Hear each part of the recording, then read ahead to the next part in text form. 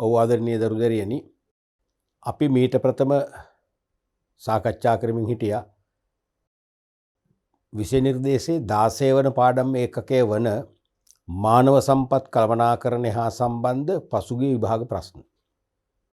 අපි මානව සම්පත් කළමනාකරණයට අදාළ පාඩම් කොටස් 12ක් සාකච්ඡා කරා කියලා ඔබට මතක ඇති.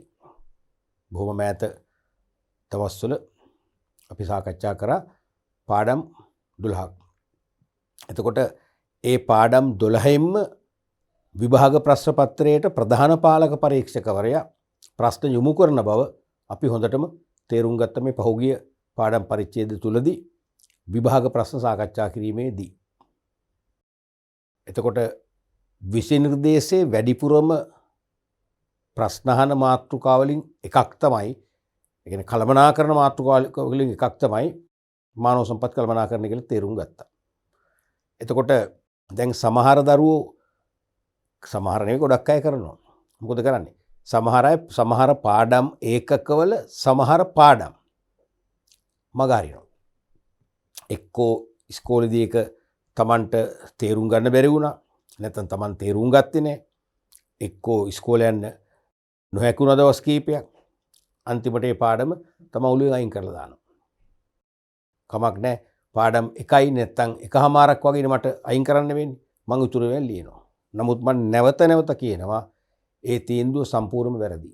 මොකද ප්‍රධාන පාලක පරීක්ෂකවරු ඕනම කෙනෙක් මෙතෙක් කල් හිටපු සහ දැන් ඉන්න ප්‍රධාන පාලක පරීක්ෂකවරයා පවා ඒ සියලුම පාඩම් කොටස් වලින් ප්‍රශ්න දානවා. ව්‍යුහගත පේපර් එකටයි වාස්තවික පේපර් එකටයි දෙකටම. ඒක හොඳට තේරුම් ගන්න. ඒ නිසා සෑම පාඩම් ඒකකයකම සියලුම පාඩම් ආවරණය කරගත්තොත් තමයි අපිට කිසිම සැකයක් නැතුව බොහොම නිදහසේ අපිට විශේෂයෙන්ම ව්‍යුහගත ප්‍රශ්න පත්‍රයේ ප්‍රශ්න 8න් හොඳම ප්‍රශ්න 5ක් තෝරගෙන නිවැරදිව සැහැල්ලුවෙන් පිළිතුරු ලියන්න පුළුවන් වෙන එතකොටයි. අන්න ඒක මුලින්ම තේරුම් ගන්න ඕනේ. ඊළඟට අපි මේ පාඩම් කොටස් ගැන කතා කිරීමේදී මානව සම්පත් කළමනාකරණේ සාපේක්ෂ වැදගත්කමක් තියෙන පාඩම් කොටස් අපි දැක්කා. තේරුණාද? දැන් සමහර පාඩම් ඒකක සාපේක්ෂව වැදගත්කම අඩුයි. ඒ කියන්නේ පේපර් එකේ බරතැවීම අතින් අඩුයි කියලා මම කියන්නේ. කිසිම පාඩම් කොටසක් මේ නොවැදගත් ඒවා නැහැ. සිලබස් එකේ තේරුණාද? ප්‍රධාන පාලක පරීක්ෂකවරු පේපර් එකට බරතබන ප්‍රශ්න ධාරිතාවය ගත්තම අන්නේ බරතබන ධාරිතාවයට අනුව සමහර පාඩම් ඒකක සාපේක්ෂව වැදගත්කමින් අඩුයි කියන එක මම පැහැදිලි කරේ. තේරුණාද? එතකොට ප්‍රධාන වශයෙන්ම ඔබට මතක ඇති කාර්මික සම්බන්ධතා. මගේ මතක හැටියට 16 වන ඒකකයේ 11 වන පාඩම. 16 වන ඒකකයේ 11 වන පාඩම කාර්මික සම්බන්ධතා.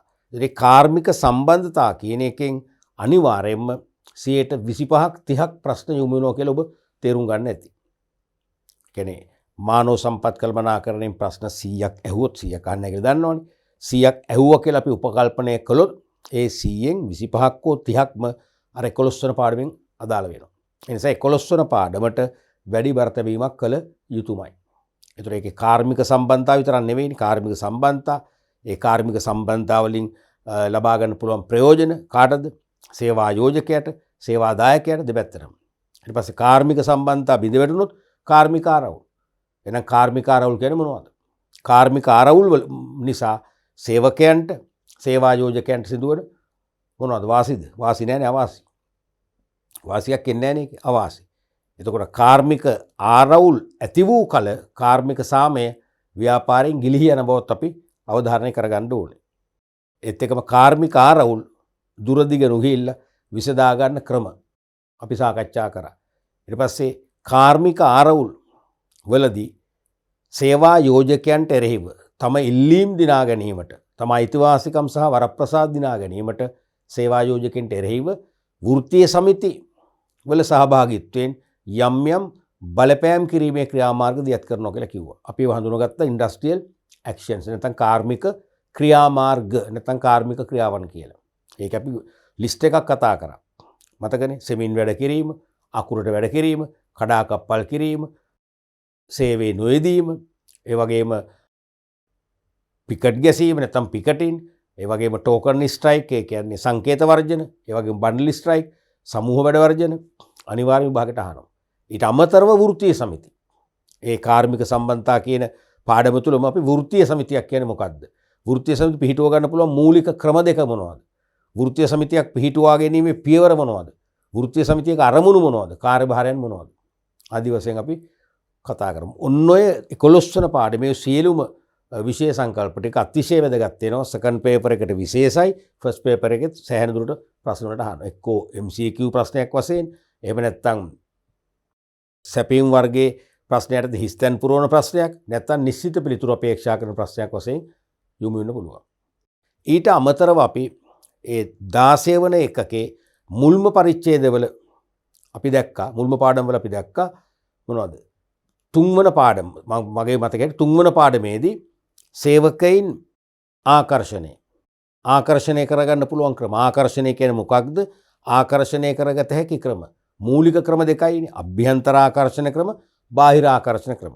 ඒත් එක්කම ඊළඟ පාඩමේදී අපි ඉගෙන ගත්තා තෝරා ගැනීම. සහ තෝරා ගැනීමේ ක්‍රම. තෝරා ගැනීමේ ක්‍රමවල වාසිය වාසි. ඊළඟ පාඩමේදී අපි ඉගෙන ගත්තා බඳව ගැනීම.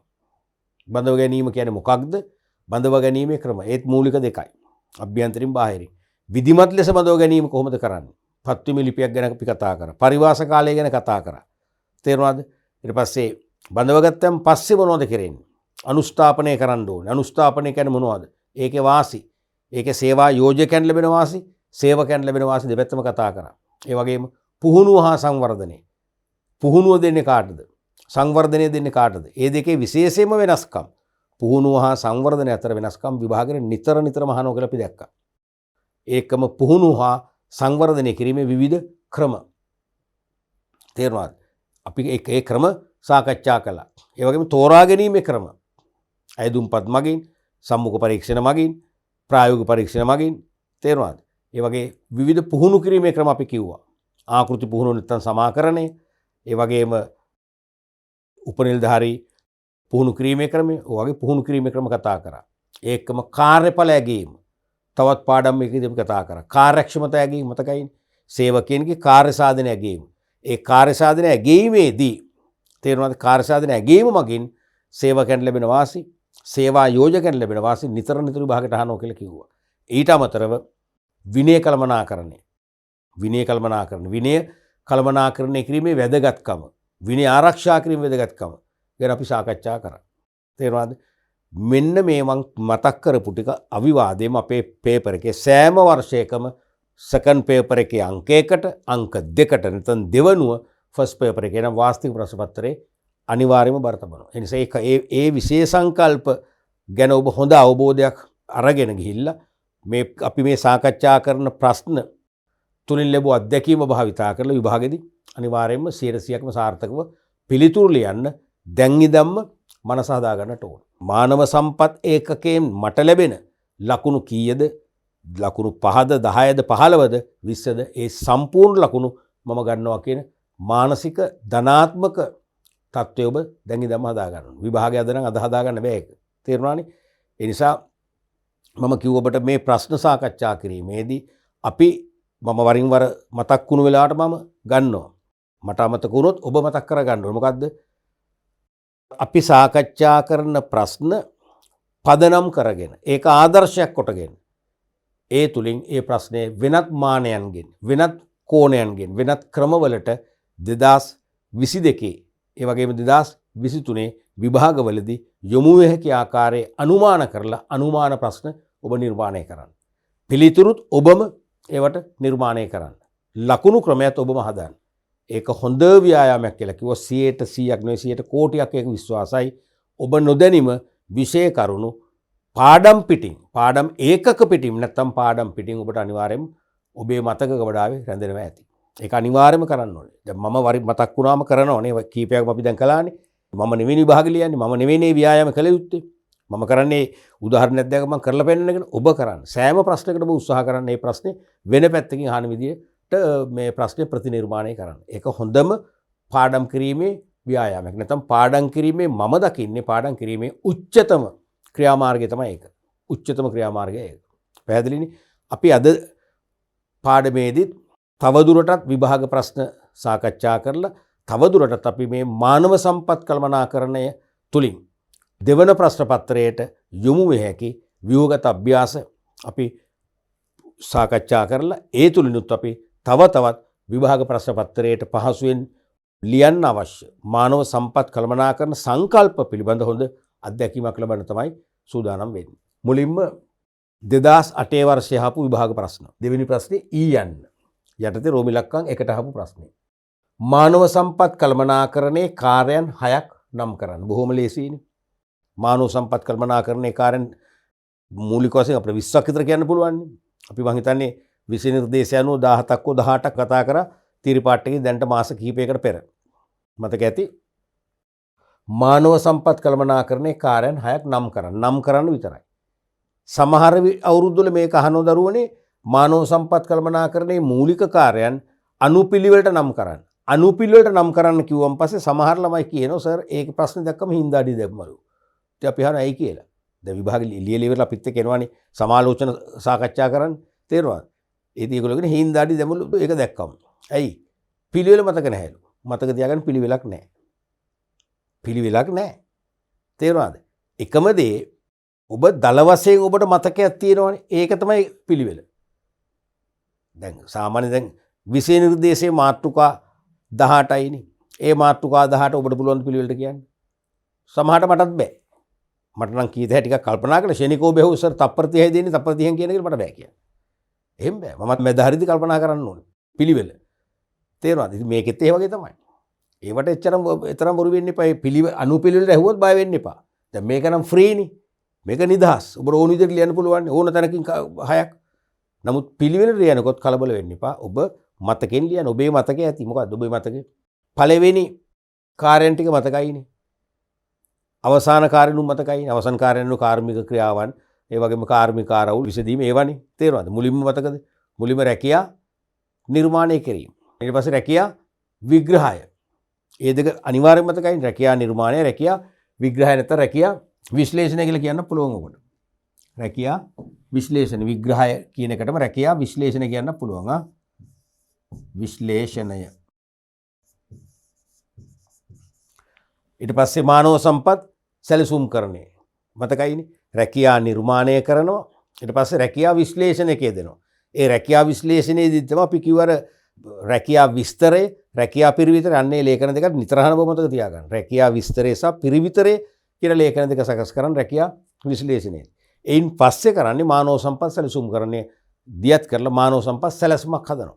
ඒ කියන්නේ අනාගතයේදී අවශ්‍ය සේවක අවශ්‍යතා හඳුනා ගැනීමත් ඒ සේවක අවශ්‍යතා සම්පූර්ණ කර ගැනීමට දියත් කළ යුතු උපාය මාර්ග තීරණය කිරීමේ ක්‍රියාවලිය. මතකයිනේ.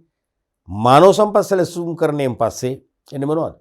අර ළඟින් යන සංකල්ප තුන. ආකර්ෂණය, සේවක ආකර්ෂණය, සේවකින් තෝරා ගැනීම, සේවකින් බඳව ගැනීම. දැන් උත්තරම 6ක් කියලානේ. ඒ ටික ඕන කෙනෙකුට පුළුවන්. තේරුණාද? බඳව ගැනීම පස්සේ අනුස්ථාපනය කිරීම, පුහුණු හා සංවර්ධනය. ඔය තියෙන පිළිවෙල. තේරුණාද? ඒ වගේ තුල මෙතනම තියෙනවා රැකියා නිර්මාණය, රැකියා විග්‍රහය නැත්නම් විශ්ලේෂණය, මානව සම්පත් සැලසුම්කරණය, ආකර්ෂණය, තෝරා ගැනීම, ඊට අමතරව බඳවා ගැනීම, අනුස්ථාපනය, පුහුණුව හා සංවර්ධනය, කාර්ය ඵල ඇගීම නැත්නම් කාර්යක්ෂමතා ඇගීම කියන්නේ තෝකමයි. කාර්යක්ෂමතා ඇගීම. කාර්යක්ෂමතා ඇගීම.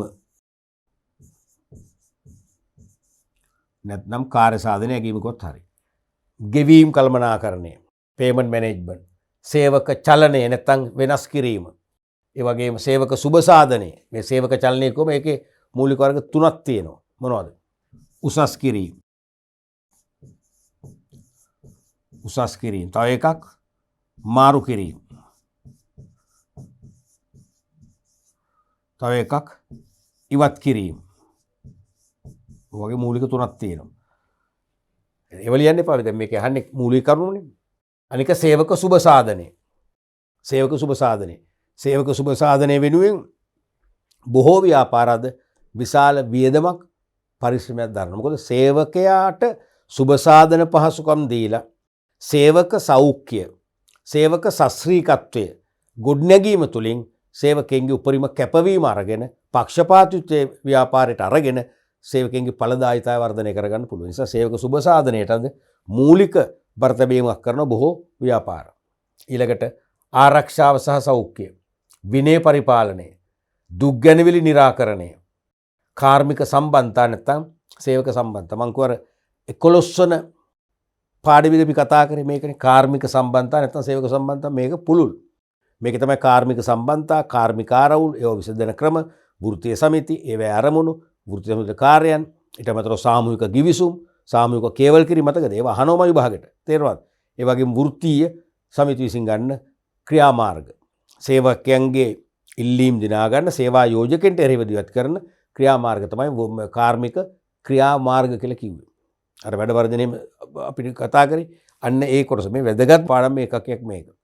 මම දකින්නේ දැන් මානව සම්පත් කළමනාකරණයෙන් ප්‍රශ්න 100ක් අහනවා නම් 30ක් කියන්නේ මේ සියලුම දේවල්ට යන්නේ 70ක්.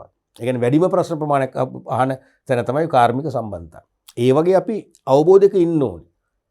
වැඩිපුරම අහන්නේ මෙන්න මේ කොටසෙන්, ඊළඟට වැඩිපුරම අහන්නේ මේකෙන්, හැමදාම ප්‍රශ්න අහන්නේ මෙන්න මේ කොටසෙන්.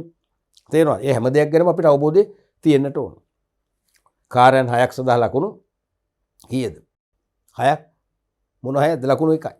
ඒ නිසා අපිට මේක වැඩි කාලයක් එහෙම නාස්ති කරන්නේ නැහැ.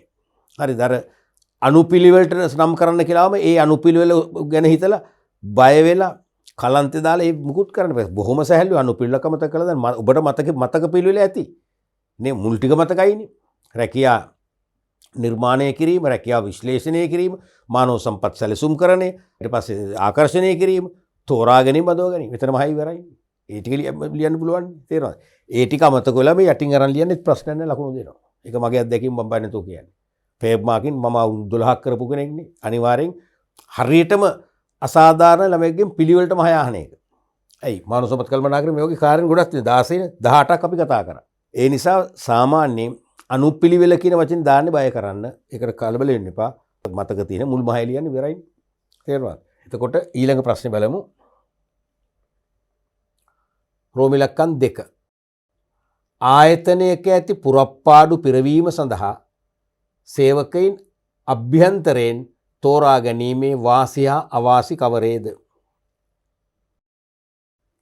ආයතනයක ඇති පුරප්පාඩු පිරවීම සඳහා සේවකයින් අභ්‍යන්තරයෙන් තෝරා ගැනීමේ වාසි හා අවාසි කවරේද? පැහැදිලිද කියන කතාව? දැන් කිසියම් ව්‍යාපාරයක රැකියා බෑරුතු ඇති වුණා. පුරප්පාඩු කියන බෑරුතු වේකන්සිස් ඇති වුණාම අභ්‍යන්තරයෙන්ම තෝරගන්න උත්සාහ කරනවා. ඒ සඳහා. ඒකේ තේරුම උඩ තනතුරක වේකන්සි එකක් ඇති වුණාම, පුරප්පාඩුවක් ඇති වුණාම යට තනතුරක කෙනෙක්ගෙන් ඒක සම්පූර්ණ කරනවා. යට තනතුරට ඕනනම් අලුතෙන් ගන්නවා. නැත්නම් යට තනතුරේ කාර්යයන් ඉතුරු සේවකයන් අතර බෙදා හැරීමෙන් වැඩේ කරගන්නවා. ඒතර බාහිරින් ගත්තෙම නැහැ. අභ්‍යන්තරින් තෝරා ගැනීම. අභ්‍යන්තරින් ආකර්ෂණය කියන්නේ තෝකම තමයි. ඒකේ වාසිය වාසි. මේව නිතරම විභාගයට අහනවා. නිතරම අහනවා. තේරුණාද? එතකොට වාසි දෙකට ලකුණු භාගයෙන් ලකුණු 1යි, අවාසි දෙකට ලකුණු භාගයෙන් ලකුණු 1යි, ඔක්කොම ලකුණු 2යි. එතකොට මොනවද වාසි? දැනට සිටින සේවකයින්ගේ චිත්තාකල්ප වර්ධනය වීම. නැත්නම් චිත්තාකල්ප එක්ක චිත්ත ධෛර්යකවත් කමක් නැහැ. චිත්ත ධෛර්ය වර්ධනය වෙනවා. මෝරල් ඩෙවලොප්මන්ට් එකක් වෙනවා. මෝරල් ඩෙවලොප්මන්ට් එක. මෝරල් එක හැදෙන්නේ. ඒ කියන්නේ දැන් බාහිරින් ගන්නෙ නැහැ. ඇතුලේ ඉන්න අයගෙම උඩ තනතුරක් ඇති වුණාම යට තනතුරක කෙනෙකුට එතනට ප්‍රොමෝෂන් එකත් එක්කම පත් කිරීම කරනවා. තෝරා ගැනීම කරනවා. අපේම කෙනෙක් සමහරට මට ලැබෙන්න පුළුවන් අවස්ථාව. මට නොලැබුණොත් මාත් එක්ක සමීපයෙන් වැඩ කරන මගේ වැඩ කණ්ඩායමේ තව කෙනෙකුට තමයි ලැබෙන්නේ. අපි ඒකට කැමතියි. අපි ඒකෙන් සතුරු වෙනවා. ඒකම තවත් වේකන්සි එකක් ඇති වුණාම ඊළඟ අවස්ථාව ලැබෙන්නේ අපිට. බාහිරින් ගන්නෑ. අපි බොහොම කැමැත්තෙන් වැඩ කරනවා. බොහොම හොඳ මෝරල් එකක් කියන්නේ තේරෙනවද? හොඳ ඒ කියන්නේ හයි මෝරල් එකකින් අපිට ඊට පස්සේ වැඩ කරන්න පටන් ගන්නවා. දෙවෙනි එක තමයි සේවක අභිප්‍රේරණය. සේවකයෝ මෙවැනි පසුබිමක් තුල සොකී කැමැත්තෙන් වැඩ කරන්න අනිවාර්යයෙන්ම පෙළඹෙනවා. තේරුණාද? සුපරීක්ෂකයින්ගේ මඟ පෙන්වීමක් නැතත්, සුපරීක්ෂකයින්ගේ පැහැදිලි අනකිරීමක් නැතත් සේවකයා තමන්ගේ රැකියාව දේවත්වයලා සලකලා රැකියාවට පැවරුණු ප්‍රධාන වගකීම් වශයෙන් ඒ තමන්ට පැවරෙන රාජකාරීන් සියල්ලම නොපිරීලා තමන්ගේ කැමැත්තෙන් ඉෂ්ට කරනවා. ඒ කියන්නේ සේවකයන් අභිප්‍රේරණයකුත් වෙන නිසා. දැන් බාහිරින් ගත්තොත් ඒක නෑ. සේවකයන් කලකිරෙනවා. අපි කොච්චරම වැඩ කරත් මේ ආයතනයේ වැඩක් නෑ. අපි ගැන අගය කිරීමක් නෑ. අපිව ගණන් ගන්නෑ. තේරුණාද? අපිට වඩා බාහිර ඉන්න සේවකයෝ ගණන් ලොකුයි. අපි මෙච්චර අවුරුදු 15ක් නැත්නම් 20ක් 25ක් තිස්සේ අපි මේකට දරදී ඇද්දා. අපේ පෞද්ගලිකත්වෙත් කැප කළා. ඒත් අපිව ගණන් ගන්නෑ. වගේ හැඟීමක් එනවනේ. ඒතර අභිප්‍රේරණය වෙන්නේ නෑ. සේවක උදාසීන වෙනවා. ශ්‍රම ඵලදායීතාවය මොකද වෙන්නේ? පිරිහෙනවා. ප්‍රොඩක්ටිවිටි එක බව අඩු වෙනවා. ලේබර් ප්‍රොඩක්ටිවිටි එක බව අඩු වෙනකොට. බඳවා ගැනීම පිරිවැය අඩු වීම. දැන් බාහිරින් ගත්තනම් පුවත්පත් රැකියා බෑරතු දැන්වීම් ප්‍රසිද්ධ කරන්න ඕනේ. නැත්නම් ජොබ් නෙට් එකේ දැන්වීමක් ප්‍රසිද්ධ කරනවා. අපි ඒවට ගෙවන්න ඕනේ. ගෙවන්න එපේ. සාමාන්‍යයෙන් දැන් ওই ජොබ් නෙට් එකේ රැකියා බෑරතු දැන්වීමක් දාන්න රුපියල් 10,000කට වඩා යනවා. ඒකත් සීමිත කාලයක්නේ. ඊට පස්සේ ආයි පේමන්ට් එකක් කරනවා ආයි තියාගන්නනේ. ඒ නිසා ඒ අනිවාර්යයෙන්ම බඳවා ගැනීම පිරිවැය මොකද වෙන්නේ? වැඩි වෙනවා. නමුත් අභ්‍යන්තරින් ගත්තොත් ඒ බඳවා ගැනීම පිරිවැය අනිවාර්යයෙන්ම අඩු වෙනවා. ඊළඟට හොඳම සේවකයන් ආයතනේ රැඳෙනවා. දැන් අභ්‍යන්තරින් ගන්නේ. ඒ නිසා අපි දන්නවා අපිටත් chance එකක් එනවා. අපිටත් උසස් වීමේ අවස්ථා ලැබෙනවා. ඒ නිසා අපි මේ ආයතනෙට ඇලුම් කරනවා. ඇල්මක් දක්වනවා. ඒ නිසා අපි මේ ආයතනේ ලේසියෙන් හැර යන්නේ නැහැ. අපි ආයතනෙම රැඳෙනවා. ඒ කියන්නේ විශේෂයෙන්ම දක්ෂ සේවකයන් පවා ආයතනයට බැඳීමක් ඇතුව රැඳෙනවා කියන එක ලොකු වාසියක් වෙනවා. ඊළඟට අනුස්ථාපනයට ගතවන කාලය සහ පිරිවැයත් අඩුයි. මතකනේ අනුස්ථාපන ඉන්ඩක්ෂන් ඔරියන්ටේෂන් නවක සේවකයින් ආයතනයට රැකියාවට වැඩ පරිසරයට ඉතා ඉක්මනින් හඳුන්වා දෙමින් හුරු කරවීම තමයි අනුස්ථාපනය කියන්නේ. ඒක ඉතා ඉක්මනින් කළ යුතුයි. මොකද සේවකයාට පළවෙනි මාසෙ තමයි වැටුපක් ගෙවනවානේ. ඒ වැටුපට සරිලන ශ්‍රමදායකත්වයක් එයාගෙන් අපි ලබා ගන්න ඕන. නමුත් එයාට ආයතනයේ හුරු නැහැ, වැඩ පරිසරයේ හුරු නැහැ, වැඩ කණ්ඩායම හුරු නැහැ, සුපරීක්ෂකයෝ හුරු නැහැ. මෙයා අන්දමන්දෝ දැන් ඉන්නේ. තේරෙනවද? මෙයා විතික්ෂිප්ත බහටපත් වෙලා තියෙන්නේ. අවිනිශ්චිතයි. මෙවැනි තත්ත්වයක් තුළ මෙයාගෙන් හොඳ සේවයක් ලැබෙන්නේ නැහැ. අනික මෙයාට වැඩ වරදිනවා. වරදුන පස්සේ මෙයා තවත් මොකද වෙන්නේ? මානසික ආතතිය වැඩි කරගන්නවා. ඒ නිසා මෙයා මේ තත්ත්වයෙන් මුදවගෙන බොහොම නිදහසේ පළපුරුදු සේවකයෙක් විදියට පළවෙනි දවසේ දම් වැඩ කරන්න නම් වැඩ කරන තත්ත්වයට පත් කරගන්න නම් මෙයාට ආයතනයේ කළමනාකාරීත්වය, තමන්ගේ රැකියාව, ඒ වගේම වැඩ පරිසරය ගැන හොඳ හුරුවක් ලබා දෙන්න ඕන. ඒ හුරුව ලබා දීම තමයි අනුස්ථාපනය. ඒකට වෙනම වීදමක් යනවා, මහන්සියක් යනවා, කාලයක් යනවා. ඒවත් ඉතුරුයි. ඇයි දැන් ඇතුළේ ඉන්න කෙනෙක් නේ ඇතුළේ ඉන්න කෙනෙක්ගෙන් උසස් වීමක් සහිතව උඩ වේකන්සි පුරව ගත්තා. බාහිරින් ගන්න අවශ්‍යතාවයක් නැහැ. එහෙනම් අනුස්ථාපන කාලයේ පිරිවැය අනිවාර්යයෙන්ම අඩු වෙනවා. ඔය වගේ වාසි පහක් තිබුණාට අවශ්‍ය වාසි දෙකයි. ඕනෑම වාසි දෙකකට ලකුණු භාගයකින් ලකුණු එකක් ලබා ගන්න පුළුවන්. ඔය වගේම තමයි වාසිත් තියෙනවා. අභ්‍යන්තරින් තෝරගත්තට ඒකේ අවාසිත් තියෙනවා. මොකද්ද? නව දැනුම හා ආකල්ප ආයතනයට ගලා නොයේම. ඒක ලොකුම ගැටලුවක්නේ. දැන් බාහිරින් අපි ගත්තනම් සමහරට උගත් කෙනෙක් මෑත කාලීනව විශ්වවිද්‍යාලයෙන් පාස් අවුට් වෙච්ච කෙනෙක්. එයාගේ දැනුම අලුත්. තේරෙනවද? නව චින්තනයක් යාට තියෙනවා. ඒ වගේම එයාගේ නව ව්‍යවසායගත කුසලතා තියෙනවා. කුසලතා වලින් පරිපූර්ණයි. එහෙනම් ඒ එවැනි කෙනෙක් අපිට බාහිරින් අරගෙන ආයතනයේ නව දැනුම, නව අදහස්, නව ආකල්ප, නව සම්ප්‍රදායන්, අලුත් සම්ප්‍රදායන් අපේ ව්‍යාපාරයට ගන්න තිබුණා. ඒ අවස්ථාව මොකද වෙන්නේ? දැන් මේකෙන් සම්පූර්ණයෙන්ම මගහැරලා යනවා. අලුත් දෙයක් ලැබෙන්නේ ආයතනයට. දෙවෙනි එක තමයි වඩාත් හොඳ පුද්ගලයන් බඳවා ගැනීමට ඇති ඉඩ ප්‍රස්ථා අඩු වීම. දැන් අභ්‍යන්තරින් ගත්තේ.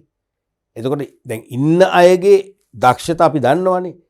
ඒ දක්ෂතා ප්‍රමාණවත් නොවුන උනත් ඉතින් ඒ තියෙන දක්ෂතාව වලින් තමයි වැඩ ගන්න වෙන්නේ. දැන් බාහිරින් ගත්තනම් අපේ ව්‍යාපාරයේ මෙහෙයුම් ක්‍රියාවලිය මොකක්ද? ඒ මෙහෙයුම් ක්‍රියාවලියට වඩා හොඳම සමීප සම්බන්ධතා තියෙන දක්ෂතා මොනවද? ඒ දක්ෂතා ඇති අය කවුද කියලා තෝරලම ගන්න පුළුවන්. දැන් මේක එහෙම තේරීමක් කරන්න බෑ. ඉන්න අයගෙමනේ chance එක දෙන්නේ. ඉන්න අයටමයි chance එක දෙන්නේ. ඊළඟට පුහුණුව හා සංවර්ධනයේට වැඩි කාලයක් ආ පිරිවැයක් වැය වෙනවා. දැන් බාහිරින් ගත්තම අපි ගන්න හොඳ උගත් අය, පුහුණු අය. දේශීය හෝ විදේශීය ව්‍යාපාරවල වසර ගණනාවක් වැඩ කරපු අය ගන්න. තේරුණාද? ඒගොල්ලෝ වැඩ දන්නවා. පුහුණුවක් දෙන්න අවශ්‍ය නැහැ.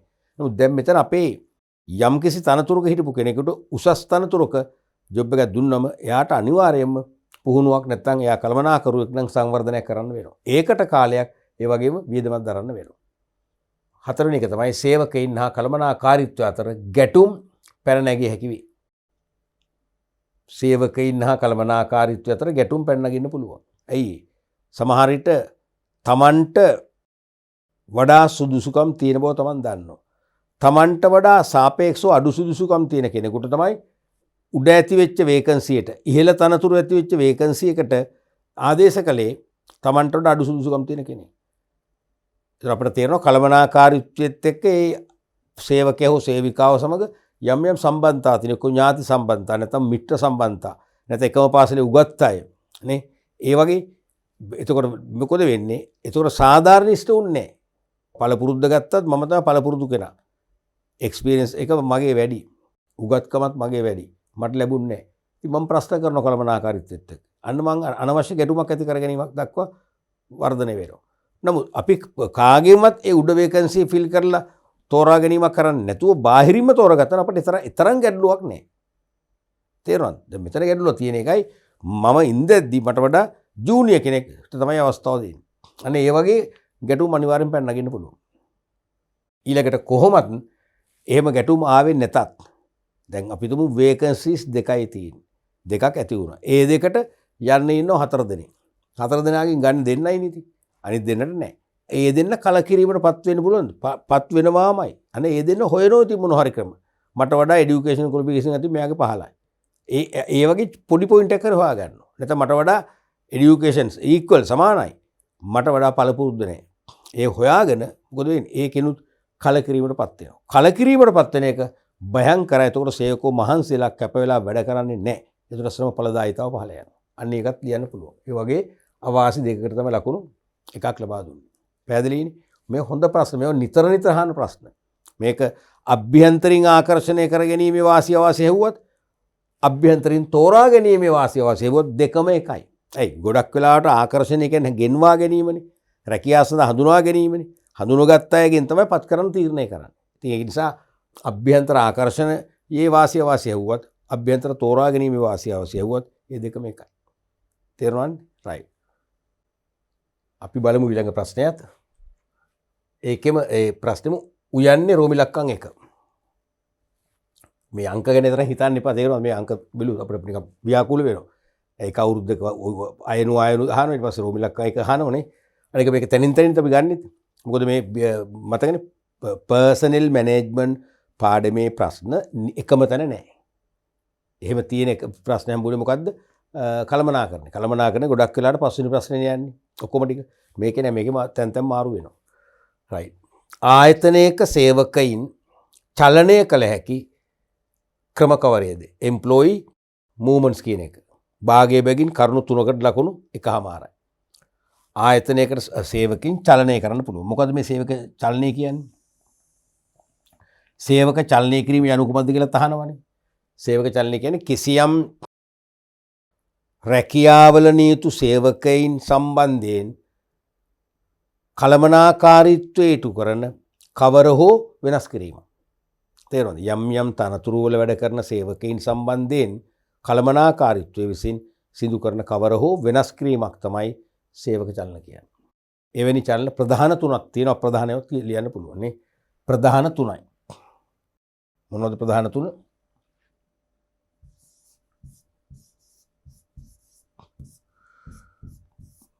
එක උසස් කිරීම. උසස් කිරීම. මතකයි නේද ඒක? යම් තනතුරක ඉන්න සේවකයෙකුට එක්ක ඉහළ තනතුරක් පවරනවා. එහෙම නැත්නම් ඒ සේවකයාගේ බලතල ඒ වගේම වැටුප් වගේ දේවල් වර්ධනය කරනවා. තනතුර එකමයි. ඒකත් උසස් කිරීම. මතකයිනේ? ඒක වෙනස් කිරීමක්. කවර හෝ වෙනස් කිරීම චලනයක්. අනිත් එක තමයි මාරු කිරීම. මාරු කිරීම. එක්කෝ සේවකයෙක් එක් තනතුරක සිට තවත් තනතුරකට මාරු කරනවා. එහෙම නැත්නම් සේවකයෙක් එක් අංශයක සිට වෙනත් අංශයකට මාරු කරනවා. එහෙමත් නැත්නම් සේවකයෙක් එක් ශාඛාවක සිට තවත් ශාඛාවකට මාරු කරනවා. ඒ කොහොම මාරු කිරීම තමයි. ඒකත් චලනය කිරීම. තුන්වෙනි එක තමයි ඉවත් කිරීම. ඒක චලනයක්නේ. සේවකයන් සේවෙන් ඉවත් කරනවා. ඒතර ඒකත් වෙනස් කිරීම, චලනය කිරීම. ඔයිට අමතරව තව අප්‍රධානයව තියෙනවා. මේ තුන තමයි විභාගයට අපේක්ෂා කරන මූලික තුන. හරිනේ. කරුණු තුනකට ලකුණු එකමාරක් වුණ ගොඩක් වෙලාවට අපේක්ෂා කරන්නේ මේකයි, මතක තියාගන්න. නමුත් සමහර පිළිතුරුපත් සමීක්ෂකවරු අංක එකේ ඉන්න ඔය කියන එකට මම වගේ අය නම් අපි අනිවාර්යෙන් මේට අමතරව අප්‍රධාන චලනයන් ලියුවොත් ලකුණු දුන්න. මොකද මේක විභාගයට අහන්නේ නැහනේ. සේවකින් චලනය කළ හැකි ප්‍රධාන ක්‍රම කියලා අහන්නේ නැහනේ. ප්‍රධාන ක්‍රම කියලා ඇහුවනම් මේ තුනටම අපි යන්න වෙනවා. ඒ නිසා තව අනිත් ඒවා ලියන්න පුළුවන්. තව මොනවද? ඩිමෝෂන්, ඒ කියන්නේ ශ්‍රේණි පහළ දැමීම. දැන් හිටිය අපි හිතමු යුද හමුදාවේ නම් ලෙෆ්ටිනන්ට්. මොකද කරන්නේ? දැන් ලෙෆ්ටිනන්ට් සෙකන්ඩ් ලෙෆ්ටිනන්ට් දක්වා රෑන්ක් එක පල්ලෙහාට දානවා. නැත්නම් සෙකන්ඩ් ලෙෆ්ටිනන්ට් හිටියනම් මොකද කරන්නේ? සාජන් දක්වා රෑන්ක් එක පහළ දානවා. සාජන් හිටියනම් ලාන් සාජන් දක්වා පහළ දානවා. නැත්නම් සාජන් ලාන් සාජන්, ඊට පස්සේ ලාන් සාජන් නම් කෝප්‍රල් දක්වා පහළ දානවා. තේරුණාද? දැන් මේ වගේ ශ්‍රේණි පහළ දාන්න පුළුවන්. ඩිමෝෂන් කියන එක ඒකත් වෙනස් කිරීමන්නේ. ඒකත් චලනයක්. එහෙනම් ශ්‍රේණි රෑන්ක් කියන එක, රෑන්ක්ස් කියන එක, මේ රෑන්ක්ස් කියන එක ශ්‍රේණි පහළ දැමීම.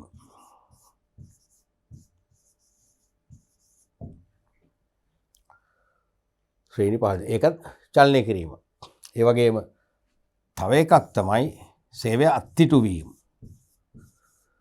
සේවය අත්හිටු වීම ඩිස්මිස් කරනවා කියන්නේ අත්හිටු වීම. කිසියම් විනය ක්‍රියාමාර්ගයක් සම්බන්ධයෙන් විනය පරීක්ෂණයක්, විධිමත් විනය පරීක්ෂණයක් පවත්වලා තීන්දුවක් ගන්නාතෙක් తాවකාලිකව සේවය අත්හිටු වෙනවා. නැත්නම් අපි කියන්නේ වැඩ තහනම් කරනවා කියලා. ඒවත් දාන්න පුළුවන් සේවක චලන ක්‍රම ඔස්සේ. පැහැදිලිද? ඔයගේ කිසියම් රැකියාවක කරන කවර හෝ වෙනස් කිරීමක් තමයි සේවක චලනයක් කියලා කියන්නේ. හරිනේ? ඊළඟට අපි බලමු ඊළඟ ප්‍රශ්නය රෝම ඉලක්කම් 2 ප්‍රශ්නයක්. සේවකයින් උසස් කිරීමේදී සලකා බැලිය යුතු සාධක පැහැදිලි කරන්න. ලකුණු එකක් දීලා තිනවා, විස්තර නම් කියලා නැහැ. නමුත් ඒකේදී අනිවාර්යෙන් පැහැදිලි කරන්න ඕනේ. මාකින් ස්කීම් එකේ අනුව විස්තර දීලා නැහැ. පැහැදිලි කිරීමට ලකුණු මෙච්චරයි, පැහැදිලි කිරීම නැත්තම් මෙච්චරයි. මොකද හේතුව මේක ලකුණු එකක් නේ දීලා තියෙන වර්තබීම අනුව. ඒ ලකුණු එක නිසා එච්චරම් මේක සලකලා නැහැ. පැහැදිලි කිරීම නැති වුණත් මොකද උනේ? ලකුණු දුන්නා. ඒකත් කියන්න එපා. ඒක කියන්න හොඳ නැහැ. ඒතර ඔයගොල්ලෝ ඒවට යොමු වෙනවා. වාසියට.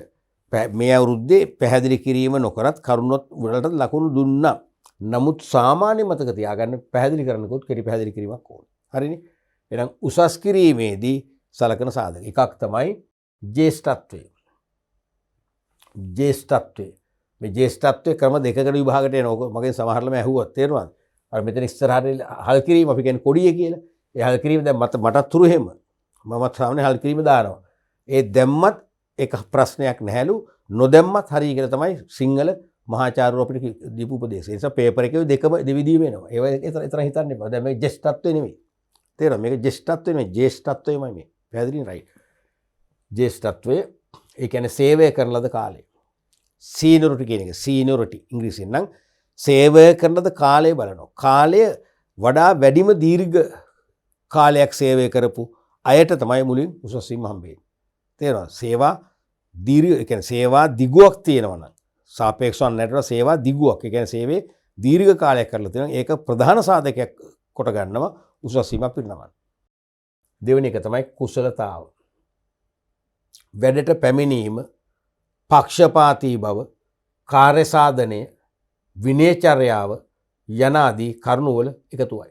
කුසලතාව නැත්නම් කුසලතා කිව්වොත් කමක් නැහැ බහුවචන එක. කුසලතා කිව්වොත් කමක් නැහැ. වඩා හරි කුසලතා ඉතින් මම අර ස්කීම් එකේ තිබ්බ එක වෙනස් කරන්න ගියේ නෑ. වඩා හොඳ කුසලතා. ස්කිල්ස් කියන එක ජ්‍යෙෂ්ඨත්වය අනික කුසලතා. ඒ කියන්නේ කුසලතාවකම කීපයක් තියෙනවා. තනි කුසලතාවයක් නෙවෙයි. මේක ඉන්ටග්‍රේටඩ් කන්සෙප්ට් එකක්. නැත්නම් සමාහාර සමූහ සංකල්පයක්. තේරෙනවද? වැඩට පැමිණීම. ඒ කියන්නේ වැඩ පැමිණීම හොඳ වෙන්න ඕන. දැන් සමහර අය ඉන්නවනේ. සමහර අය ඉන්නද අපේ ශ්‍රේෂ්ඨ ගුරුවරු ඉන්නවා. සමහර අය උදේ 8 නම් හරියටම එයාගේ දේශන ශාලාවට හරියටම 8ට එනවා. හරියට අටට එනවා. අටට විනාඩියක් තියද්දී ඇවිල්ලා ළමයිට ආයුබෝවන් කියලා එයා වැඩේ පටන් ගන්නවා හරියට මරට. ඒක පුරුද්දක්. ඒක ළමයිට දැනලා තියෙනවා. ළමයි ඒක විග්‍රහ කරලා තියෙනවා. දැන් මගෙත් ඒ පුරුද්ද නෑ. මමත් වෙලාවට එනවා. හැබැයි ඉතින් 8:02 8:05 සමහර 8ට 5ක් තියෙද්දි එහෙමත් මගේ වෙනවා. දීර්ඝ ප්‍රමාදයක් නෑ. නමුත් අන්තිම හරියටම වෙලාවට වැඩ කරන්නේ. තේරෙනවද? ඉතින් එහෙම අය හොඳයි. ඒ කියන්නේ වැඩට පැමිණීම හරියටම වෙලාවට පැමිණෙන එක බලපානවා. එක්ක හරියටම වෙලාවට on time එහෙම නැත්නම් චුට්ටක් කලින්. 8ට නම් 8:05ක් 8:10ක් තියෙදිනම් තවත් හොඳයි. ඒ පැමිණීම ගොඩක් ප්‍රමාද වෙන්න බෑ. කලාතුරකින් ඉතින් සමහරට බස් එක කැඩුනා. තමන්ගේම වාහනේවත් අපි හිතමු ටයර් පංච් එකක් වුණා. ඒ වගේ හේතුව මත විනාඩි 10ක් 15ක් පරක් වුණා කිසිදු ප්‍රශ්නයක් නැහැ. ඒක මිනිස්සුන්ට වෙනවනේ. හැම දෙයක්ම මිනිස්සුන්ටනේ. තේරෙනවද? පුරුද්දක් වශයෙන් කලට වෙලාවට පැමිණීම අපේක්ෂා කරනවා. ඊට අමතරව පක්ෂපාතී බව. සමහර අය තමන්ගේ සේවා ස්ථානට කැමති නැහැනේ. තමන් වැඩ කරන ස්ථානට ආදරේ නැහැ. අර තමන් ජොබ් එකක් කරලා වැටුපක් අරගෙන ජීවත් වෙන්න ඕනකමට එනෝ මිසක ආයතනයේ සුභසිද්ධිය ගැන හිතන්නේ නැහැ. ආයතනයේ වර්ධනය ගැන හිතන්නේ නැහැ. ආයතනයේ කීර්ති නාමය ආයතනයේ පැවැත්ම ගැන හිතන්නේ නැහැ. ආයතනයේ පැවැත්ම අවසන් වුණොත් එයා වෙන රස්සාවක් හොයාගෙන මයින්ඩ් එක තමයි ඉන්නේ. සමහර එහෙම නෙවෙයි. ඒ කියන්නේ වැඩ කරන ස්ථානයේ තමන් අදහන දෙවොලක් වශයෙන් තමයි සලකන්නේ. දෙවොලක්. තේරෙන දේවාලයක් වගේ තමයි සලකන්නේ. ඒ කියන්නේ ඒ ආයතනයේ පැවැත්ම, ආයතනයේ ගරුත්වය, ආයතනයේ නම්බුව කීර්ති නාමය ගැන පුළුවන් තරම් ඒගොල්ලෝ හිතනවා. හිතලා කැපලා වැඩ කරනවා. එවැනි අය තමයි ඕනේ. ඒගොල්ලන්ට තමයි ප්‍රොමෝෂන් එක හම්බෙන්නේ. අනිත් එක තමයි කාර්ය සාධනය. ඒ කියන්නේ හයි පර්ෆෝමන්ස් නැත්තම් ඉහළ කාර්යඵල. ඉහළම කාර්යඵල තියෙනට ඕනේ. හොඳ කාර්ය සාධනයකින් යුතුව තමන්ගේ රැකියාවේ කටයුතු වල යෙදෙන්නෙක් වෙන්නට ඕනේ. එහෙම නැත්තම් විනයචර්යාව අනිවාර්යයෙන්ම ඩිසිප්ලින් කියන එක හොඳටම තියෙන්න ඕනේ. තමන් විනය කඩවන ආකාරයේ කිසිදු කටයුත්තක යෙදෙන්නේ නැහැ. තමන් ආයතනය තුල කෙලින්ම ව්‍යාපාරික විනයට ගරු කරමින් ඒ පවතින විනය නීති රීති එකින් එක පිළිගනිමින් විනය ගරුකව වැඩ කරන සේවකයෙක් වෙන්න. අන්න මේ වගේ ගුණාංගවල එකතුවක් තමයි කුසලතා කියලා කියන්නේ. ඒ කුසලතා අනුව තීරණය කරන කාටද උසස් වීම දෙන්නේ කියන එක. පැහැදිලිනේ? තුන්වෙනි සාධකය තමයි විශේෂ දක්ෂතා. මේක කියලා විස්තර කරලා නැහැ. ඒ නිසාම වෙන්නේ නැති සමහරට මේකෙත් දැන් විස්තර නැහැනේ. මේකට විස්තර කිරීම අපේක්ෂා කළේ නැහැ ඒ අවුරුද්දේ. නමුත් මතක තියන්නේ මේ 20යි 22ට හෝ 23ට ඒක අපේක්ෂා කරන්න එපා. මේ වගේ කෙටි පැහැදිලි කිරීමක් කරන්න ඕනේ. මේ තියෙන පැහැදිලි කිරීම ඡේද ගණන් ලියන්නේ නැහැ. පැහැදිලි කිරීම උච්චරයි. මේකටත් ඒ වගේ කෙටියෙන් ලියන්න පුළුවන් වෙනවා. මොකද විශේෂ දක්ෂතා කියන්නේ. සමහරට මේ කියන්නේ සේවකයින්ට භාෂා කීපයක් හසුරවන්න පුළුවන්. හොඳට කතා කරන්න පුළුවන්, ලියන්න පුළුවන්. ඒක හරි වැදගත්නේ. දැන් අපි දුමු යම් කෙනෙකුට සිංහල වලට අමතරව සිංහල භාෂාවට අමතරව ඉංග්‍රීසි, ඒ වගේම දමිළ භාෂාව, ඒ වගේම ප්‍රංශ ජර්මන්. මොකද ප්‍රංශ භාෂාවද ලෝකේ වැඩිම රටවල් ප්‍රමාණයක ව්‍යාප්ත වෙමින් තියෙන භාෂාව තමයි ජාත්‍යන්තර භාෂාව වෙලා තින්නේ. මොකද්ද? ප්‍රංශ. තේරෙනවද? එතකොට ඒ වගේම ජර්මන් භාෂාව. අන්න ඒ වගේ භාෂා පහක් පුළුවන් නම් හරි වැදගත්නේ. මේ කියන ආයතනයේ විදේශ වෙළඳාම හා සබැඳි ආයතනයක් නම් නැත්නම් විදේශ වෙළඳපොළ සමග සම්බන්ධතා ඇති ආයතනයක් නම් මේ වගේ කෙනෙක් ඉන්න එක හොඳයි. අපි දුමු ජාත්‍යන්තර වෙළඳ සල්පිල් හා ප්‍රදර්ශන වලට ආයතන ස්ටෝල් එකක් මේ පවත්වාගෙන යනවා කියලා. එතෙන්ට විවිධ රටවල එනවනේ. එහෙනම් මේ භාෂා පහක් ජර්මන්, ඉංග්‍රීසි, ප්‍රංශ නැත්නම් ෆ්‍රෙන්ච්, සිංහල නම් තරම් වැදගත් නැහැ නේ විදේශයකදී. ඒ වගේම දෙමළ. ඒ වගේම හින්දි නේ. ඒ වගේ විවිධ භාෂා කෞශල්‍යයක් තියෙනවා නම් ඒක විශේෂ දක්ෂතාවයක් වෙනවා. එයාව පුළුවන් ඉදිරිපත් කරන්න. ඒ ජාත්‍යන්තර වෙළඳ සල්පිලේ එයා තමයි ස්ටෝල් එක බාර වෙන්නේ. එයා තමයි එක ටක් ගාලා තමන්ගේ සහායකයන් අමාරු වැටෙනවා නම් භාෂාව හුරු නැත්නම් ටක් ගාලා තමන් ඉදිරිපත් වෙලා භාෂාව හසුරුවලා අවශ්‍ය දේ කරනවා. හරි වැදගත් ඒක. තේරුණාද? අපි හිතමු එහෙම ලියමු. භාෂා කීපයක දැනුම. ඊළඟට සමහර සේවකයෝ ඉන්නවා විවිධ වූ ශ්‍රේෂ්ඨයන්ගෙන් ඉගෙනගෙන තියෙනවා. දැන් මේ ඩීප් එඩියුකේෂන් පාඨමාලාව උගන්වන ජ්‍යෙෂ්ඨ ගුරුවරයෙක් ඉන්නවා උසස් පෙළ මොකක්ද කම්බයින් මැට්ස් කරන අපේ දුෂ්‍යන්ත මහමදුගේ ඒ දැන් එයා ගණිතාංශයෙන් ඉංජිනේරු උපාධියක් කරනට අමතරව එයා වාණිජ විෂය ධාරාවේ කළමනාකරණ පැත්තේ තියෙන සීමා නැත්තම් චාර්ටර්ඩ් ඉන්ස්ටිටියුට් ඔෆ් මැනේජ්මන්ට් ඇකවුන්ටන්සි ඒ සහතිකයත් අරගෙන තියෙනවා. ඒතර එයා ඉංජිනේරු පැත්තෙන් එනනම් ඕනනම් ඒ දැනුමක් තියෙනවා. ඒ වගේම ඇකවුන්ටන්සි ඒ වගේම මැනේජ්මන්ට් පැත්ත ඕනනම් එයාගේ පැත්තක් තියෙනවා. ඒතර එයා අනිවාර්යයෙන්ම ආයතනයක පර්ෆෙක්ට් මැනේජර් කෙනෙක් කරන්න ඕනම කෙනෙක් සූදානම්. අන්න විශේෂ දක්ෂතා. තේරෙනවද? එහෙම නැත්නම් මේ කියන සේවකයට අපි හිතමු ඕනෑම වාහනයක් පදවන්න පුළුවන් කියලා ඒකත් හොඳ එක්ස්ට්‍රා ඇඩ්වාන්ටේජ් එකක් වෙනවා. අතිරේක වාසියක් වෙනවා. මොකද හේතුව අපි දුමු සමහර අයට පුළුවන් දැන් මට උන පුළුවන් ලයිට් වෙහිකල් විතරයි. සැහැල්ලු වාහන පමණයි. මට හෙවි වෙහිකල් ඩ්‍රයිවිං ඇබිලිටි එක නැහැ. මට බර වාහන දහවන හැකියාව නැහැ. නමුත් ආයතනයේ සමහරට අපි දුමු යම්කිසි බර වාහනයක් පාක් කරා අදාළ ගරජ් එකේ හෙට උදේට ඒ වාහනේ ගන්න ඕන අනිකුත් වාහන ගන්න. එහෙම හිතන්නකෝ. හෙට අපි දුමු මේ හෙවි වෙහිකල් ඩ්‍රයිවර් හදිසියේ රෝගාතුර වෙලා හොස්පිටලයිස් කරනවා. දැන් කොහොමද වාහනේ ගන්න? වෙන වාහනේ ගන්න කවුරුත් ඇත්තේ නැත්තම් අන්න අපි දුමු ඒකේ කම්මල් කළමනාකරු කියලා මම මේ කතා කරන්නේ. කම්මල් කළමනාකරුට ඕනෑම වාහනයක් ධාවනය කිරීම හැකියාව තියෙනවා නම් එහෙනම් කළමනාකරට පුළුවන් ඒක අරගෙන වැඩේ කරන්න. නැත්නම් එහෙම නොවුනා නම් ඒ වාහන එකක්වත් එළියට ගන්න බෑ කියන්නේ ආයතනයේ සමස්ත කටයුතු එදා දවසට අඩපණ වෙනවා. එදා දවසට තව දවස් කීපයකට. අන්න ඒ වගේ විශේෂ දක්ෂතා තේරෙනවද? භාෂා කීපයක දැනුම ඒ වගේම බර වාහන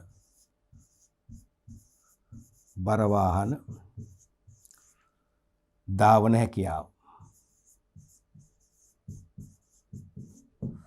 ආදීව තමයි විශේෂ දක්ෂතා. අනික අධ්‍යාපන හා වෘත්තීය සුදුසුකම්. ඒක බලනවානේ අනිවාර්යයෙන්ම අධ්‍යාපන සුදුසුකම්. ඒ කියන්නේ යම් දැන් උසස් වීමක් සඳහා අනිවාර්යයෙන්ම එයා අපි තුමු දැන් උපාධිධාරියෙක් නම් උපාධිධාරී රැකියාවක් නම් කරන්න. ඒ කියන්නේ උපාධියක් ඇති කෙනෙක්ගෙන් රැකියාව පුරවලා තියෙනවා. උපාධි නැති යටේ රැකියාව පිරිනමල නැත්නම්. හරිද? එහෙනම් අවුරුදු අපි තුමු 5කදී නැත්නම් 3කදී අපේක්ෂා කරනවා මෙයාගෙන් පශ්චාත් උපාධිය. නැත්නම් පශ්චාත් උපාධි ඩිප්ලෝමා එකක් හරි. කරොත් තමයි මේ උසස් වීම නැත්නම් නැහැ. අන්න ඒකත් සලකලා බලනවා. අනික වෘත්තීය සුදුසුකම්. ඒ කියන්නේ වෘත්තීය පුහුණු ආයතන තියෙන වෘත්තීය පුහුණු අධිකාරිය, ඒ වගේම නයිට් ආයතනේ, ඒ කියන්නේ ජාතික ආධුනිකත්ව කාර්මික පුහුණු අධිකාරිය, National Apprentice and Industrial Training Authority කියන එක. ඒ වගේම NIBM, National Institute of Business Management, ජාතික ව්‍යාපාර කළමනාකාරීත්ව ආයතනය, SLBDC, ශ්‍රී ලංකා Business Development Center. ඒ වගේ විවිධ වෘත්තීන්ට අදාළව නවකයින්ට පුහුණුවක් ලබා දෙන වෘත්ති ආයතනයකින් ලැබූ සුදුසුකම්. තේරෙනවද? අන්නේ වත් සලකලා බලනවා. සලකලා බලලා තමයි උසස් වීම දෙන්නේ. එතකොට මේක පැහැදිලි කරනවා මේක කියන්න තියෙන්නේ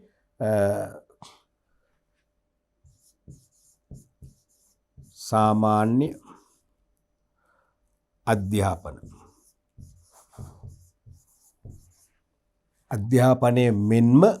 අධ්‍යාපනයේ මෙන්ම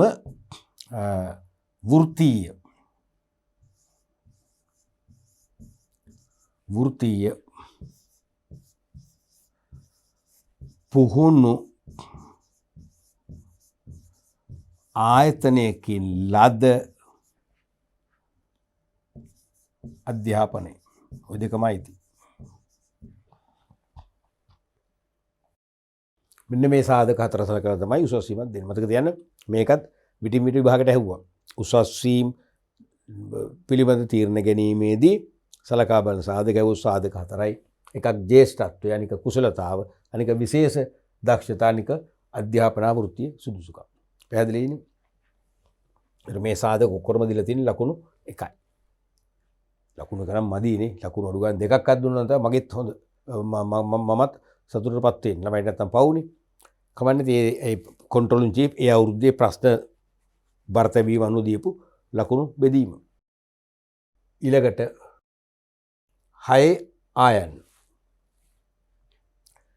සේවක සුබසාධනය යනුවෙන් අදහස් කරන්නේ කුමක්ද? ඒ සඳහා යොදා ගන්නා ක්‍රම කවරේද? සේවක සුබසාධනය මගින් ආයතනයකට ලැබෙන ප්‍රතිලාභ කවරේද? පේනවද? ප්‍රොබ්ලම් විතින ප්‍රොබ්ලම්නේ. ප්‍රශ්න තුල ප්‍රශ්න. ප්‍රශ්න කීයක් අහනවද? 3ක් අහනවනේ.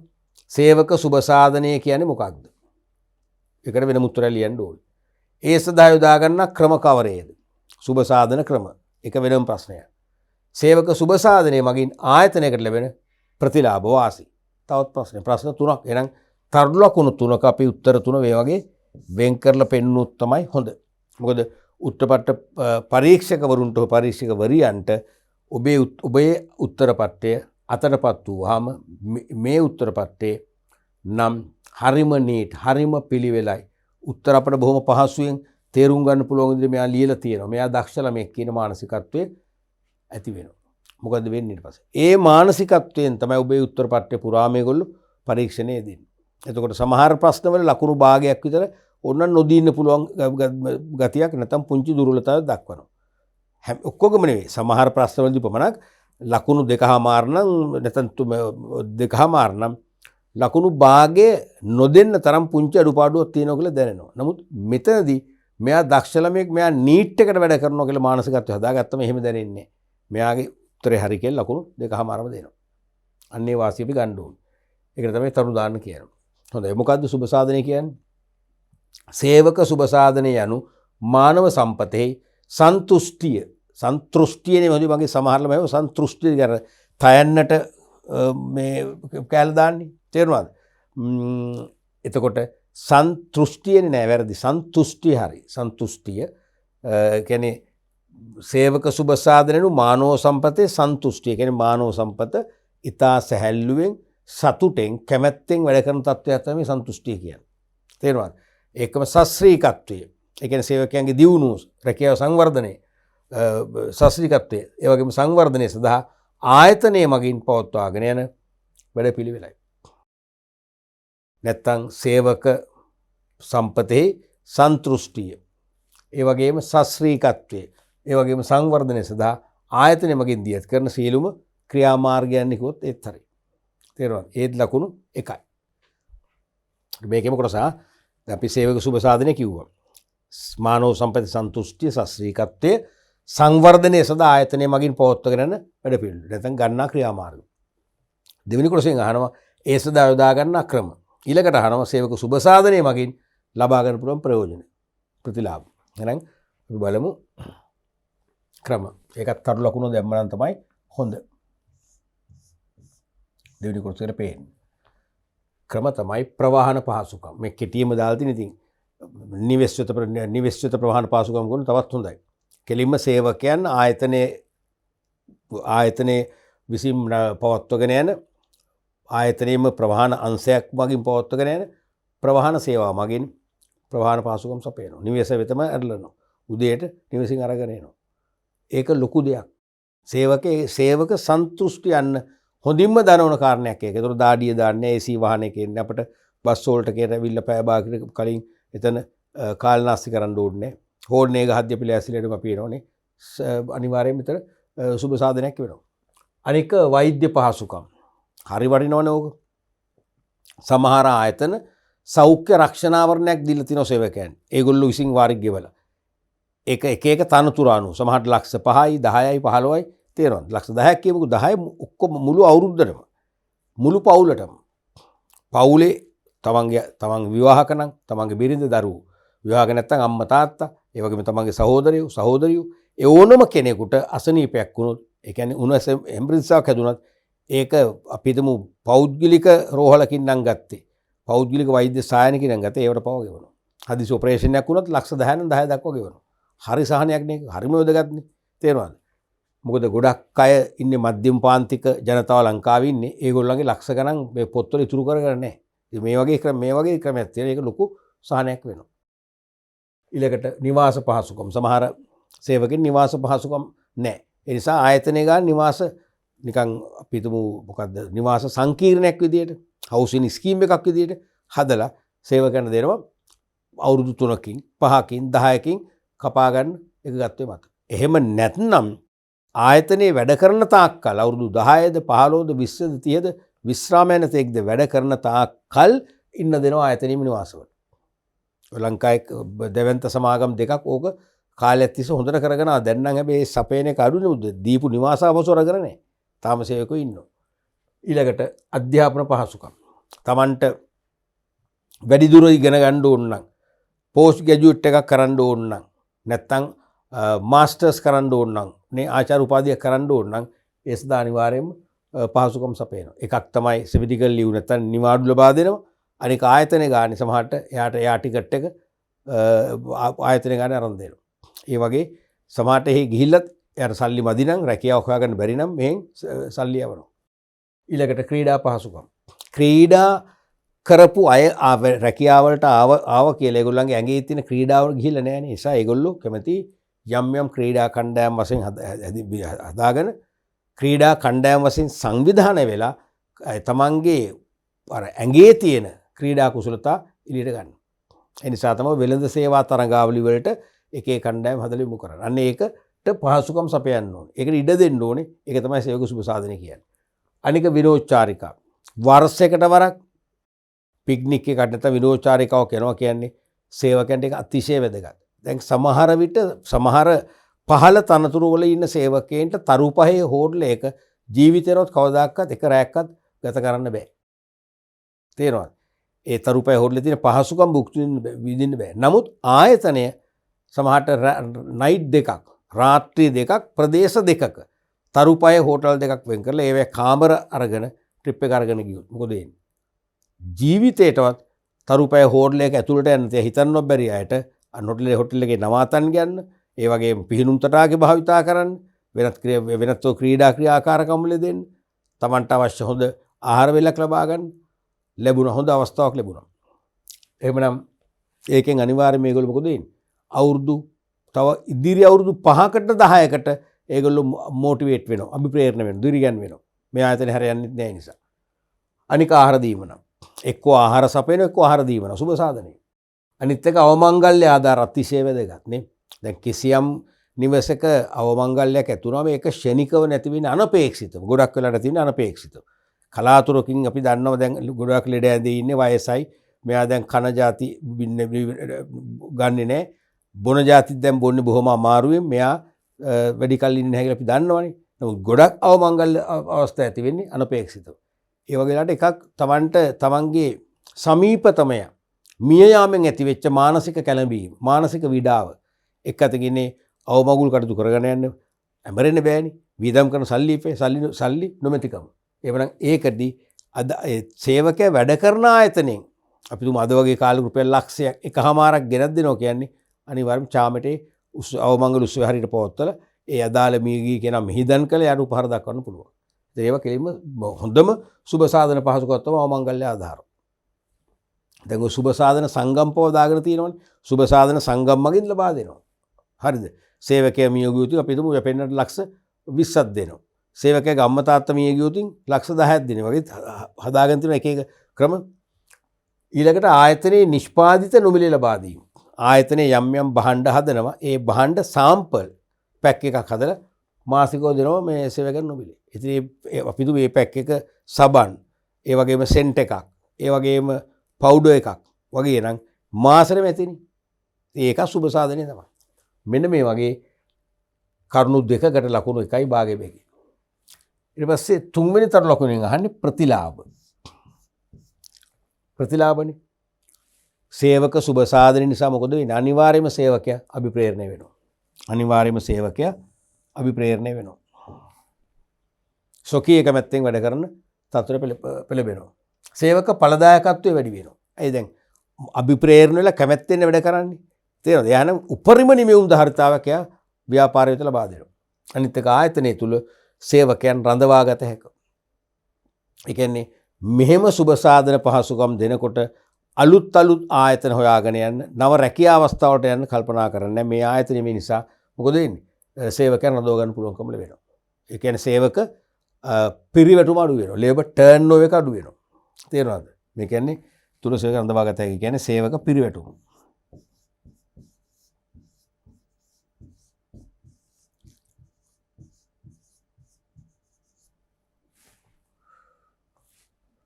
සේවක පිරිවැටුම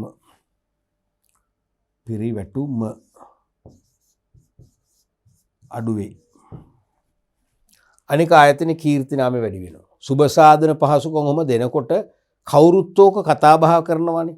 තමනුත් තමන් ආඩම්බරෙන් තමන් මෙන්න මේ අසවල් ආයතන වැඩ කර අපිට මෙච්චර පහසුකම් සපයනවා. මෙච්චර අපිට ලෝන් හම්බ වෙනවා. මෙච්චර අපිට ආයතන නිෂ්පාදිත හම්බ වෙනවා. ඒව කියලා කියනවනේ.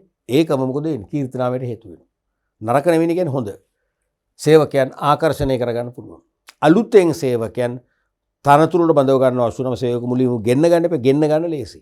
දැන් සමහර ආයතන වේකන්සිස් පේජ් එකේ ඇඩ් දානවා සතිපතා. ජොබ් net එකේ සතිපතා අප්ඩේට් කරනවා දැන්වීම වෙනස් කරලා. ඒත් එක්කෙනෙක්ට ඇප්ලයි කරන්නේ. නමුත් මොකද හේතුව බොහෝ වෙලාවට ඒ ආයතනවල සුබ සාධන පහසුකම් කිසිවක් නැහැ. වැටුප විතරයි. සුබ සාධන පහසුකම් තියෙනවා කියලා අපි දන්න ආයතනවල නම් දහස් ගාණක් ඇප්ලයි කරනවා. එහෙනම් සේවකව ගෙන්න ගන්න ලේසි. එහෙනම් ලකුණු භාග වගින් ඒත් ප්‍රතිලාභ දෙකට ලකුණු ඒත් එකමයි. පැහැදිලිනේ? රයිට්. අපි ඊළඟ ප්‍රශ්නේ බලමු. යන්නේ රෝම ඉලක්කම් 1. සේවකයන් පුහුණු කිරීම සඳහා යොදා ගැනෙන ක්‍රම 4ක් නම් කරන්න. ඔබ නම් කළ ඕනෑම ක්‍රම දෙකක් පැහැදිලි කරන්න. හරිනේ? මේ ප්‍රශ්නේ සාධාරණයිනේ. 4ම පැහැදිලි කරන්නේ නැතුවනේ නම් කරත් මදීනේ. එකෙන් කියනවා සේවකයන් පුහුණු කිරීම සඳහා යොදා ගැනෙන ක්‍රම 4ක් නම් කරන්න.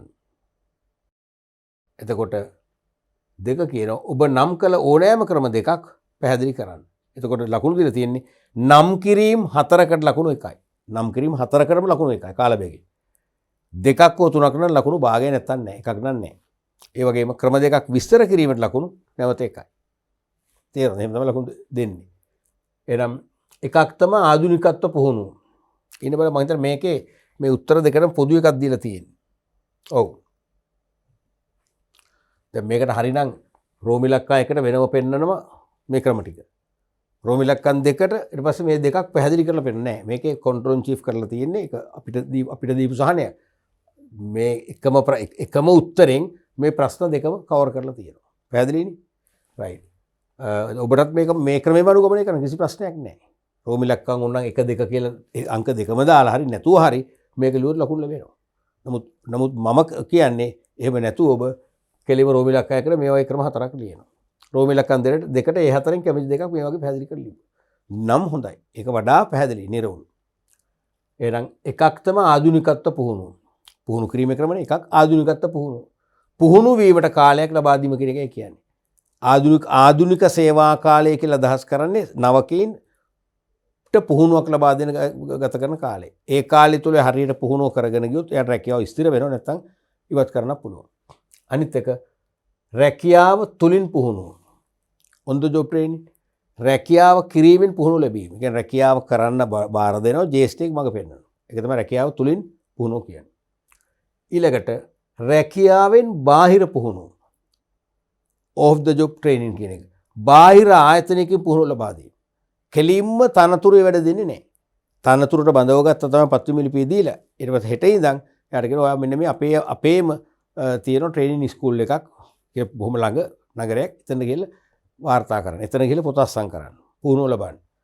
කියලා පුහුණුවෙන් පස්සේ අපහු ගන්නවා. එතකොට හතරවෙනි එක තමයි රැකියා අතරමාරු. ඒකත් පුහුණුවක්නේ. රැකියා අතරමාරු කිරීම රැකියා භ්‍රමණය කියන්නේ ඕකනේ. රැකියා භ්‍රමණය.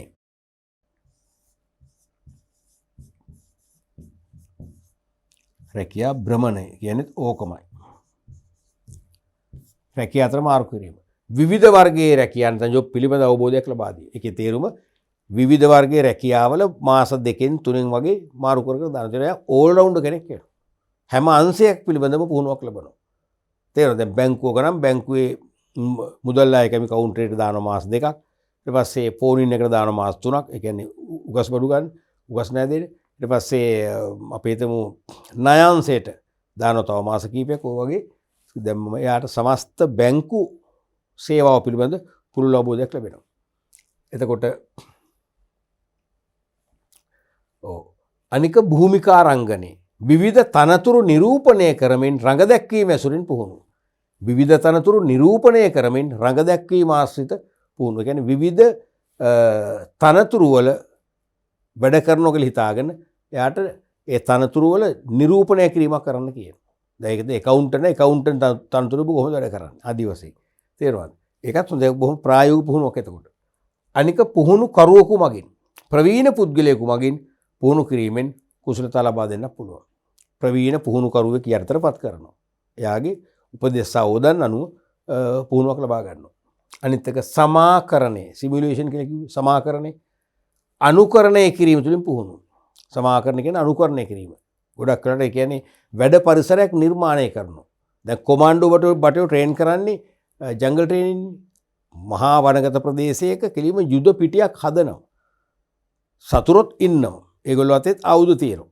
කෙලිම සතුර වෙලා ඇටැක් කරනකොට මේගොල්ලෝ මේ තමන්ගේ කැම්ප් එක තමන්ගේ කඳවුර බේර ගන්න දරන උත්සාහය හයිලයිට් කරනවා. තේරෙනවද?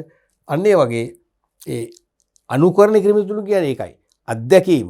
නේ ආකෘති පුහුණුව කියන්නේ ඕකම තමයි ආකෘති පුහුණුවන්න. මතකද? අපි ආකෘති පුහුණුව කියලා කරන්නේ ඕකම තමයි. ආකෘති පුහුණුව මොඩල් ට්‍රේන් කියලා කිව්වේ.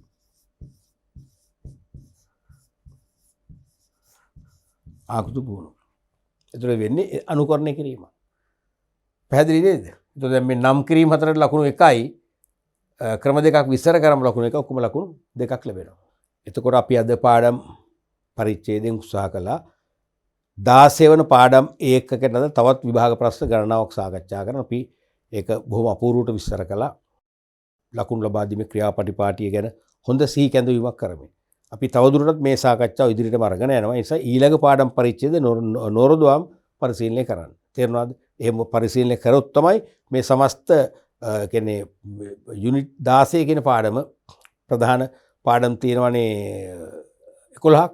දැන් 12ක් තියෙනවානේ. ඒ 12 පිළිබඳවම ඔබට හොඳ වැටහීමක් අවබෝධයක් ලබන්න පුළුවන් වෙන්නේ මේ සමස්ත ප්‍රශ්න සාකච්ඡාව ඔබ අනිවාර්යයෙන්ම සම්බන්ධ වෙන්න ඕනේ. එවන අපි ඊළඟ පාඩම් පරිච්ඡේදයෙන් නැවත හමු වෙමු.